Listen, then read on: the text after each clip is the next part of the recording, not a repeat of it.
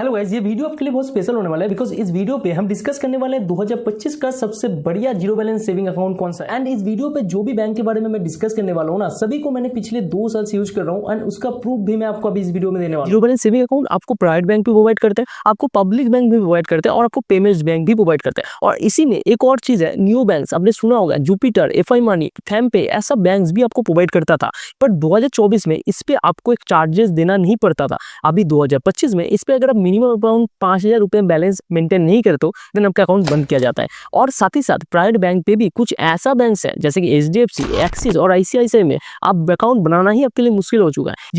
इसीलिए मैंने इस वीडियो पे अच्छे तरीके से डीप डाउन रिसर्च किया है, कंपैरिजन किया है और फिर डिसाइड किया है बेस्ट अकाउंट आपके लिए कौन सा होने वाला है। आप खुद डिसाइड कर पाओगे इस वीडियो को देखने के बाद कि कौन सा आपके लिए बेस्ट होगा और आप अच्छे तरीके से इसको चुन पाओगे। Hello guys, my name is Deepan Dey. I welcome you to the think YouTube channel. This is a one stop solution for your financial journey. चाहे वो आपका इन्वेस्टमेंट हो, बैंकिंग हो या फिर पर्सनल फाइनेंस हो, सारी चीजें मैं इस चैनल पे कवर करूंगा। और चाहे तो आप इस चैनल के साथ जुड़ सकते हो सब्सक्राइब करके। जैसे कि मैंने आपको बताया कुछ तरह का बैंक मिल जाता है, प्राइवेट और पब्लिक बैंक का पहले बात करूंगा, फिर जाकर पेमेंट बैंक को बात करूंगा। और मैं पर्सनली आपको न्यू बैंक सजेस्ट नहीं करूंगा क्योंकि इसमें आपको मिनिमम बैलेंस का झंझट आ जाएगा और मैं नहीं चाहता हूं कि आप एक जीरो बैलेंस अकाउंट लेने के चक्कर पे एक 5,000 रुपए दे बैठो। तो अभी के लिए मैं फिलहाल पहले पब्लिक और प्राइवेट बैंक का बात करूंगा।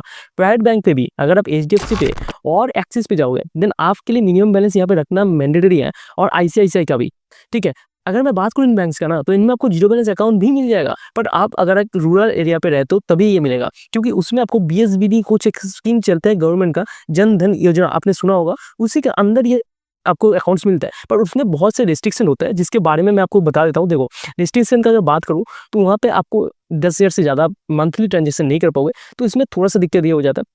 यहाँ पे आपको एक रुपये डेबिट कार्ड मिल जाएगा, बट उसमें भी आपको सारी चीज़ें सुविधाएं नहीं मिलेगा। और अगर बात करूं तो इतना ज़्यादा अच्छा अकाउंट होता नहीं है। अगर आप एक स्टूडेंट हो, एक बेसिक अकाउंट आप चाहते हो, आपके पास कोई बैंक अकाउंट नहीं है, तो फिर आप ये अकाउंट ओपन कर लेना। एंड आपको मैं बता देता हूँ, नेक्स्ट जो है एक मिनिमम अकाउंट वाला बैलेंस जो है एक्सिस बैंक पे है, जो कि टोटली फ्री रहता है, पर उसमें आपको चार्जेस देना होता है। तो 2,400 रुपये के आसपास चार्जेस आता है पूरा साल का। तो इसीलिए मैं कहता हूँ कि उसमें आपको जाना चाहिए। मैं खुद नहीं बोलूंगा, यहाँ पे लिस्ट में आपके सामने रखूंगा और ये फोर्ब्स का लिस्ट है, आप देख सकते हो। एचडीएफसी, आईसीआईसीआई, कोटक, एक्सिस और आईडीबीआई, ये टॉप 5 बैंक्स हैं और 6 पे आता है इंडसइंड बैंक। तो ये सारे बैंक्स अच्छा बैंक है, कोई भी बैंक खराब बैंक्स नहीं है, इतना तो आपको पता है। अब प्राइवेट में मैं इन दोनों बैंक्स को लेने वाला हूँ, कोटक और यहाँ पे इंडसइंड। देखो नीचे आप एयू स्मॉल फाइनेंस बैंक देख जाओगे जो भी टॉप 10 पे आता है, बट यहाँ पे क्या प्रॉब्लम होता है ना, एयू पे आपको हर जगह से अकाउंट आप नहीं बना पाओगे, तो इसीलिए मैं इसको बाहर रखा हूँ। बाकी इसका भी अकाउंट अच्छा है, अगर आप इसको एक्सेस कर सकते हो देन इसका साथ भी आप जा सकते हो। ये अकाउंट भी बहुत ही अच्छा है, यहाँ पे आपको ऑफर्स भी मिलते हैं। बट मैं इस वीडियो में कोटक महिंद्रा, क्योंकि कोटक महिंद्रा वापस आ चुका है, कोटक महिंद्रा के लिए 3 महीने के लिए होल्ड लगाया गया था आरबीआई की तरफ से, आपको पता होगा।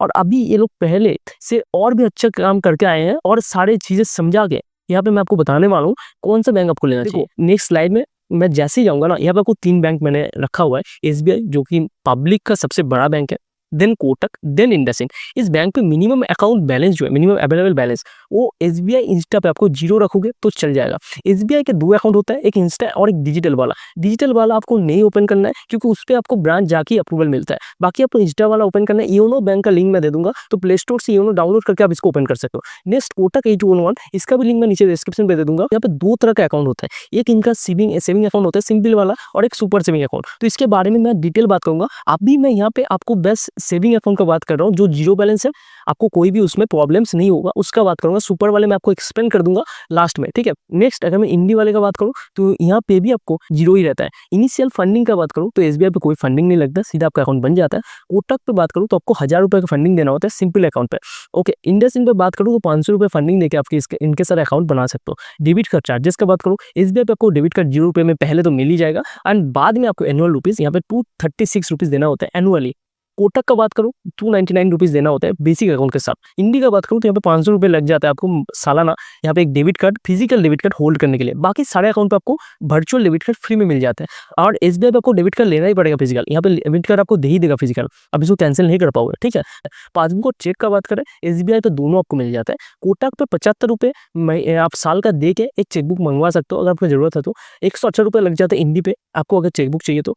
और एटीएम चार्जेस का बात करें, एटीएम ऑफलाइन चार्जेस का बात करें तो एसबीआई यहाँ पे बोलता है कि 3 बार आप दूसरे किसी भी एटीएम से पैसा उठाओ, हम आपसे कोई चार्ज नहीं करेंगे, बट एसबीआई पे हमेशा फ्री रहता है। कोटक पे भी 4 अगर आप दूसरे बैंक से उठाओगे तो आपको फ्री रहेगा, फिर आपको चार्जेस देना है। इंडी पे भी आपको 4 फ्री रहता है, फिर चार्जेस देना है। रिवार्ड का बात करें तो एसबीआई इंस्टा प्लस पर आपको कोई तरीके का रिवार्ड नहीं मिलेगा, ये सिंपल सेविंग अकाउंट होता है, यहाँ पे रिवार्ड नहीं मिलते हैं। कोटक पे हाँ आपको रिवार्ड मिलेगा सुपर के साथ, जो कि मैं आगे बात करूंगा। इंडी पे आपको जो है कि यहाँ पे रिवार्ड मिलता है, पर यहाँ पे जेम्स के माध्यम से आपको रिवार्ड दिया जाता है, तो आपको 100 जेम्स यहाँ पे इकट्ठा करना पड़ता है, फिर जाके आप उसको विड्रॉ कर सकते हो। ठीक है, अगर मैं ऑटो स्विप ऑप्शन का बात करूँ तो एसबीआई पे आपको ऑटो स्विप ऑप्शन नहीं देता है, बल्कि कोटक पे आपको 25,000 रुपए के ऊपर ऑटो स्विप देता है और इंडी पे 50,000 रुपए के ऊपर आपको ऑटो स्विप देता है। ऑटो स्विप होता क्या है, यानी 25,000 रुपए तक आपका सेविंग अकाउंट पे रहेगा। 25,000 रुपए से जितना भी ज्यादा अमाउंट आप अपना सेविंग अकाउंट पे डालोगे वो ऑटोमेटिकली स्वीप होकर ऑटोमेटिकली वो एफडी बन जाएगा, और कभी भी टाइम पे आप उस एफडी को तोड़ के अपना सेविंग अकाउंट पे भी पैसा ले सकते हो। देखो इंटरेस्ट वाला ऑप्शन मैंने यहाँ पे ऐड नहीं किया। नॉर्मली इन सारे बैंक्स का सेविंग अकाउंट पे इंटरेस्ट 3% रहता है, बाकी ऑटो स्विप का ऑप्शन होने के लिए कोटक और इंडी पे आपका जो इंटरेस्ट होगा वो 7% से 8% के बीच में भी लाई करेगा। चलो अगर मैं नेक्स्ट बात करता हूँ ना, देखो इनमें ये सारे अकाउंट्स जो है प्रोसेस सिंपल है। प्रोसेस आपको एसबीआई के लिए योनो ऐप पे जाना है, बाकी दो बैंक के लिए मैं नीचे डिस्क्रिप्शन पे लिंक दूंगा, एसबीआई के लिंक भी दूंगा, ऐप का आप जाके डाउनलोड कर सकते हो, ऑफिशियल ऐप जो है। और बाकी दोनों के लिए आपको वेबसाइट से अकाउंट्स ओपन करना है, नंबर डालना है, अपना पैन कार्ड, आधार कार्ड और डिटेल डालना है। उसमें आधार कार्ड वाले में ओटीपी जाएगा, आधार कार्ड जिस नंबर से अटैच है उसमें ओटीपी जाएगा, ओटीपी डालना है, आपका नेक्स्ट अकाउंट बन जाएगा। आपको फंडिंग के लिए बोला जाएगा, फंडिंग जैसे ही करते हो आपका वीडियो केवाईसी का ऑप्शन ओपन हो जाएगा, आप वीडियो केवाईसी कंप्लीट करते हो और आपका अकाउंट टोटली बन जाता है। तो इसमें कोई दिक्कत आपको नहीं है, आप इजीली 5 से 10 मिनट में इसमें अकाउंट बना सकते हो। तो एक और चीज कोटक का अगर मैं बात करूँ ना, कोटक का 2 अकाउंट जैसे कि मैंने आपको बताया, एक सिंपल वाला और एक सुपर वाला। तो इसमें सिंपल और सुपर में फर्क क्या है, देखो 2 चीज आपको ध्यान रखना है। सिंपल वाले पे आपको कोई भी एनुअल फी नहीं है, बट कोटक का सुपर वाले पे आपको 300 रुपये एनुअल फी देना है। ठीक है, इसके बदले में आपको फायदा मिलेगा जो मैं आगे बताता हूँ। देखो अगर आप सिंपल वाले अकाउंट पे डेबिट कार्ड मंगवाते हो तो 299 रुपये आपको देना होता है, जहाँ पे आपको सुपर वाले में आपको ये फ्री में मिल जाएगा, आपको कोई चार्जेस नहीं देना पड़ेगा, बल्कि आपको वीजा प्लैटिनम कार्ड मिलेगा सुपर के साथ, जहाँ पे आपको कोटक सिंपल पे आपको वीजा क्लासिक कार्ड मिल रहा था। ठीक है, चेक का कोई चार्ज नहीं लगेगा, चेक आपको 1 साल का एक फ्री मिल जाएगा। बस एक कंडीशन है यहाँ पे कोई भी मिनिमम बैलेंस अकाउंट मेंटेन नहीं करना है, आप जीरो भी रख सकते हो। बस एक कंडीशन है कि मंथली आपको एक बार आपका अकाउंट पे 5,000 या फिर उससे ज्यादा अमाउंट रिसीव करना है, चाहे वो आप 1 मिनट के लिए करो, 2 मिनट के लिए करो। अगर आपने 5,000 रुपये अपने अकाउंट पे रिसीव किया, 5,000 या फिर उससे ज्यादा अमाउंट अपने अकाउंट पे रिसीव किया, 2 मिनट के लिए रखा, फिर आपने ट्रांसफर कर दिया, फिर भी आपका कोई प्रॉब्लम नहीं होगा। यहाँ पे दूसरा, आप ये करने के लिए, ये सिर्फ इतना करने के लिए आपको यहाँ पे और एक रिवार्ड का ऑप्शन खुल जाता है सुपर पे, जहाँ पे मैक्सिमम 500 रुपये फ्लैट 5% आपको यहाँ पे रिवार्ड मिलेगा जब आप इनका डेबिट कार्ड को यूज करोगे यूएस मशीन पे या फिर ऑनलाइन ट्रांजेक्शन करने पे, ऑनलाइन शॉपिंग वगैरह पे, इंश्योरेंस पेमेंट पे, मनी एट पे, सिंपल जो भी चीजें होते हैं उसमें आपको इसका बेनिफिट नहीं मिलेगा। बाकी आप जितना भी ट्रांजेक्शन ऑनलाइन या फिर यूएस मशीन पे करोगे आपको फ्लैट 5% यहाँ पे कैशबैक मिलेगा, आप टू 500। तो 500 इंटू 12 अगर करोगे तो आपको 6,000 रुपये साल का फायदा होने वाला है इस सुपर अकाउंट के साथ, और जहाँ पे आपको 300 रुपया एक महीने के अंदर आपका वापस आ जाने वाला है। तो इसीलिए ये अकाउंट बेस्ट है सुपर वाला।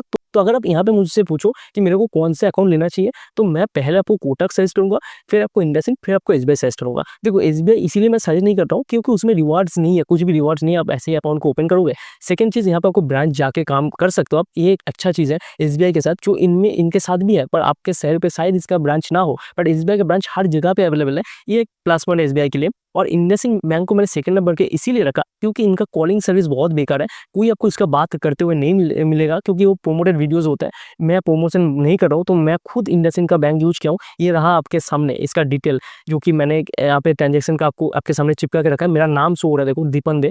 ठीक है, तो इसलिए आप समझ सकते हो कि मैंने खुद इसको यूज किया है, पर इसमें कॉलिंग सर्विस खराब है। अगर आपको उनसे कोई सपोर्ट चाहिए तो आपको मेल करना पड़ता है, और हर कोई मेल नहीं कर पाता है, तो इसीलिए मैं कहूँगा कि आप कोटक के साथ जा सकते हो। फिर भी अगर आप चाहो तो इंडसइंड के साथ जा सकते हो, इंडसइंड खराब बैंक नहीं है, पर इसमें थोड़ा सा कॉलिंग को इनका सुधार करना चाहिए, तो आप किसी भी बैंक पे जा सकते हो। नेक्स्ट अगर मैं बात करूँ, देखो पेमेंट्स बैंक आ जाता है, पेमेंट बैंक भी हमें जीरो बैलेंस अकाउंट प्रोवाइड करता है। पेमेंट बैंक का बात करूँ, इसमें क्या होता है, पेमेंट्स बैंक पे आप 2 लाख रुपए तक ही ट्रांजेक्शन कर पाओगे, इससे ज्यादा नहीं कर पाओगे, ये माइनस पॉइंट है पेमेंट बैंक का। बाकी पेमेंट बैंक कभी भी आपको क्रेडिट कार्ड नहीं दे पाएगा, कभी भी आपको लोन नहीं दे पाएगा, कभी भी आप उसमें एफडी नहीं कर पाओगे, जो कि आप एक रेगुलर बैंक पे कर पाते हैं। यानी जितना बैंक अभी तक मैंने बात किया इन पे आप कर पाओगे, बट पेमेंट बैंक पे आप नहीं कर पाओगे। Okay, clear. एंड नेक्स्ट अगर मैं बात करूं तो मैंने 3 बैंक यहाँ पे रखा है, जियो, एयरटेल और एनएसडीएल। पहले हमारे पास 4 ऑप्शन होता था, जियो, एनएसडीएल, एयरटेल और पेटीएम, जो कि पेटीएम बैन हो चुका है, तो ये 3 ऑप्शन बचा है, जिनमें से भी अगर हम छटने बैठे तो फिर मुझे सबसे बेहतर यहाँ पे लगता है एनएसडीएल, उसके बाद जियो वाला। एयरटेल वाला में बहुत ज़्यादा चार्जेस लग जाता है, आप यहाँ पे पढ़ पाओगे कि मिनिमम अमाउंट इसमें सब में जीरो है, इनिशियल फंडिंग जियो पे 0 है, एयरटेल पे 100 रुपये है और एनएसडीएल पे 50 से 100 रुपये आपको इनिशियल फंडिंग करना होता है। डेबिट कार्ड का बात करें तो चार्जेस आपको यहाँ पे जियो पे 2 साल के लिए फ्री रहता है डेबिट कार्ड का चार्जेस। अगर आप फिजिकल ले तो इनमें सभी में आपको इंस्टेंट वर्चुअल डेबिट कार्ड मिल जाएगा, पर अगर आप एनुअली आप पेमेंट कर सकते हो तो आप फिजिकल भी मंगवा सकते हो। ठीक है, यहाँ पे एयरटेल का बात करें तो इसमें 349 प्लस जीएसटी के चार्ज लगता है डेबिट कार्ड ऑर्डर करने पे। एनएसडीएल का बात करें तो 345 रुपीज इंक्लूडिंग जीएसटी लगता है अगर आप फिजिकल डेबिट कार्ड इनसे लेते हो तो। इंटरेस्ट रेट का बात करें तो सभी में अराउंड 3% का इंटरेस्ट रेट मिल जाता है 1 लाख रुपया तक। उसके ऊपर आपको एयरटेल पे 7% तक और एनएसडीएल पे 5% तक आपको मिलता है। एटीएम चार्जेस का अगर बात करें, अगर आप ऑफलाइन ट्रांजेक्शन करते हो तो 4 एटीएम ट्रांजेक्शन फ्री है, उसके बाद आपको चार्जेस देना है। बाकी अगर रैंडम चार्जेस की बात करें तो फिर जियो पे आपको एक चीज़ है कि आप 15 जो एसएमएस चार्जेस होगा फ्री होगा, फिर 15 से बाद आपको चार्जेस देना होगा 0.20 रुपीज़ करके। पर अगर आप सालाना देख भी लोगे ना तो 10 रुपये से ऊपर जाता नहीं है इसका चार्जेस, इसीलिए अच्छा अकाउंट है। अकाउंट अगर आप 1 साल के अंदर क्लोज करते हो तो फिर आपको चार्जेस देना पड़ते हैं जो कि अराउंड 500 रुपीज़ होता है। अगर एयरटेल का बात करें यहाँ पे चार्जेस ही चार्जेस है, बहुत सारे चार्जेस है, मैं आपको दिखाने वाला हूँ अभी। एनएसडीएल पर अगर बात करें तो 5.90 रुपीज़ पर मंथ आपको यहाँ पे देना पड़ेगा आपका अगर अकाउंट है एनएसडीएल पे तो। ठीक है, और अगर आप अकाउंट यहाँ पे क्लोज करते हो 2 साल के अंदर तो आपको 600 रुपये का अराउंड देना पड़ेगा। एयरटेल पे जैसा कि मैंने कहा बहुत सारे चार्जेस है, आप देख सकते हैं, मैंने अटैच करके रखा है बहुत सारे चार्जेस। इसमें आप जो भी करोगे बचने का कोशिश भी करोगे ना तो चार्जेस ही चार्जेस है यहाँ पे। अगर विथड्रॉ करोगे तो चार्जेस, अगर ऐड करोगे ज़्यादा अमाउंट तो चार्जेस, या फिर आप 10 रुपये से कम विथड्रॉ या फिर 10 रुपये से कम डिपॉजिट नहीं कर सकते हो, ये भी एक दिक्कत है। जैसे कि हमने सारी चीज़ें कवर कर चुके हैं, तो अभी अगर आप मेरा ओपिनियन चाहोगे तो मैं आपसे ये रिक्वेस्ट करूंगा, पहले आप डिसाइड कर लो कि आप कौन सा बैंक के साथ जाना चाहते हो, पेमेंट बैंक के साथ या फिर रेगुलर बैंक के साथ। अगर तो पेमेंट बैंक के साथ जाना चाहते हो देन जियो एंड एनएसडीएल आपके पास बेहतर ऑप्शन है इंस्टेड ऑफ एयरटेल। ठीक है, अगर हम रेगुलर बैंक का बात करना तो आप किसी में भी अकाउंट बना सकते हैं, सारे बैंक अच्छे हैं, बट मैं पर्सनली अभी रिसेंटली मैं 811 का यूजर हूँ, तो आप 811 के साथ जा सकते हो या फिर इंडी के साथ भी जा सकते हो। ठीक है, सारे लिंक्स मैं नीचे डिस्क्रिप्शन पे दे दूंगा, बाकी आप समझदार हो। अगर आप नीचे दिया गया डिस्क्रिप्शन का लिंक से जाके ये अकाउंट खोलते हो तो मुझे थोड़ा सा रेफरल इनकम मिलेगा। तो इतना ही आज का वीडियो। आपको अगर ये वीडियो अच्छा लगा तो प्लीज कमेंट में बताइएगा, लाइक से सब्सक्राइब कर देना और कमेंट पे अगर कुछ जरूरत है तो उसको भी बताना, कोई सजेशन हो तो भी बताना। ठीक है, और मैंने एक एफडी बेस्ड क्रेडिट कार्ड के ऊपर वीडियो बना के रखा है, आप उसको जाके चेकआउट कर सकते हो। उस वीडियो पे मैं आपको ये बताया हूँ बिगिनर के लिए बेस्ट क्रेडिट कार्ड कौन सा होता है और एफडी कम से कम एफडी में आपको एक क्रेडिट कार्ड मिल जाता है जिससे आप अपना क्रेडिट स्कोर को सुधार कर सकते हो। तो आप वो वीडियो भी चेकआउट कर सकते हो। Again for watching this video, मिलता हूँ नेक्स्ट वीडियो में, तब तक के लिए गुड बाय एंड नमस्ते।